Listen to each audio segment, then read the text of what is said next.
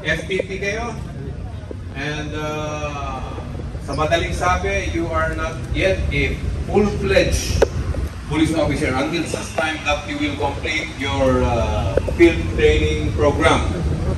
So it will make or unmake you while you are being deployed sa different Manila. All you have to do is, of course, remember the 5 guiding principles that I always tell to everyone. Palaging gumawa ng tama. Okay? Sir, yes, sir. Observe the police operational procedure. Don't involve yourselves to illegal activities. Always do what is right, even no one is watching. And dapat palagi tayong may takot sa Diyos. Naintindihan nyo yung 5 guiding principles na yon? Sir, yes, sir. And kung ano yung nakikita nyong mali dito sa mga senior officers nyo or sa senior sergeants na mag-guide sa inyo, huwag nyo nang gayahin.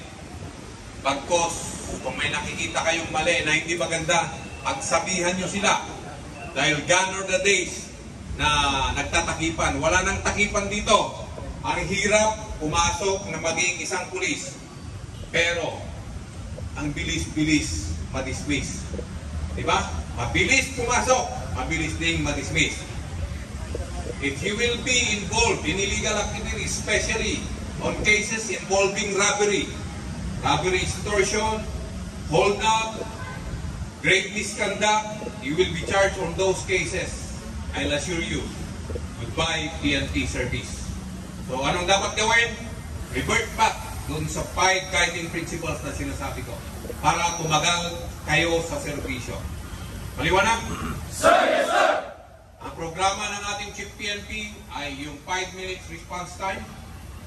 Dapat i-memorize ninyo yung beat patrol AOR nyo so that when time comes to may responde, alam nyo kagad kung saan kayo tatakbo. Okay? Sir, yes, sir.